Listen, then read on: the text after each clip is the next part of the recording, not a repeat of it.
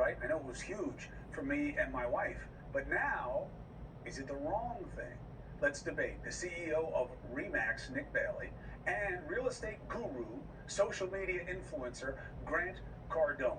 It's good to have you both. Gentlemen, thank you for doing this, okay? Yeah, so it's good to be here with you. Look at Jack tonight, by the way. Thank you very much. So let's do point counterpoint. Nick, we hear that rates are going up. People are nervous, but you say, no, home ownership is still the right long-term bet.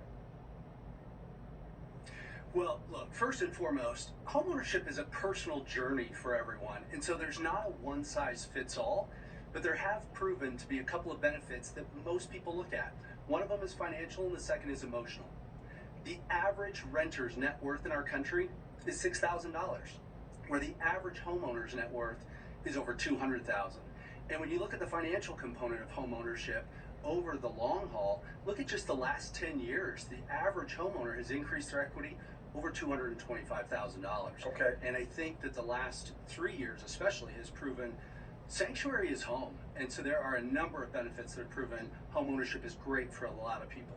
E squared, Cardone, equity and emotional attachment to the hearth. What do you got for that? Well, that's not finance. That's not finances, Mr. Cuomo, as you know. Okay, the cost of home ownership is outrageous. When you put together the cost of interest, property taxes, maintenance, and fees, you got 12% broker fees going in over a 10-year ownership. You're going to have 70% to Bank of America or Wells Fargo. You're going to have 12% to broker fees, 10% to maintenance of the property. 112% is what you have to make on the total price of the home to break even, and you hadn't paid for your insurance yet, and you lost your mobility while you were doing it and your down payment. Nick knows this, but he's not telling you that. Calling Nick a liar right out of the box. That's Cardone. I'm just saying. Well, Nick makes look at.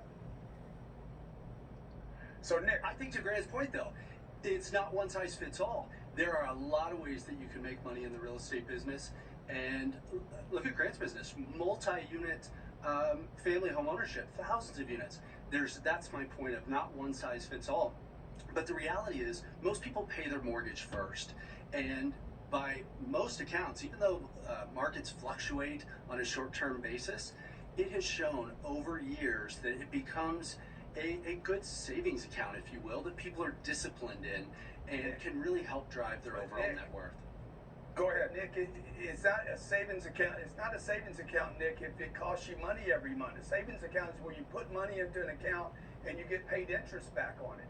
That's not what a home does. A home you pay into, and you keep paying into it, okay? And you sign a 30-year mortgage. It's literally slavery, okay? Like you're stuck in that one spot. Now, you know, Nick, that I love real estate. I got $4 billion worth of it. I would just tell people, rent where you live so you have your mobility, your down payment, and you're not committed for 30 years, and own real estate that you can rent to other people and get cash flow, depreciation, accelerated appreciation over long periods of time because it has a business. The rental income of the property provides people what they need, which is cash flow. But Grant, you're offering up a suggestion of a double vig, though. So now I got to pay my rent, okay, which is money out the window, although it gives me mobility, and you want me to have an investment property. Most people can only swing that one time. So that's why they go for their own home. They can only swing one, Chris. But Chris, they can only swing one time because that's what the banks have been selling people. The banks are saying, oh, the home ownership is the dream. It was back in the 50s and 60s when your grandparents came to this country. Right. It is not the same thing today. We don't have factories. We don't have jobs.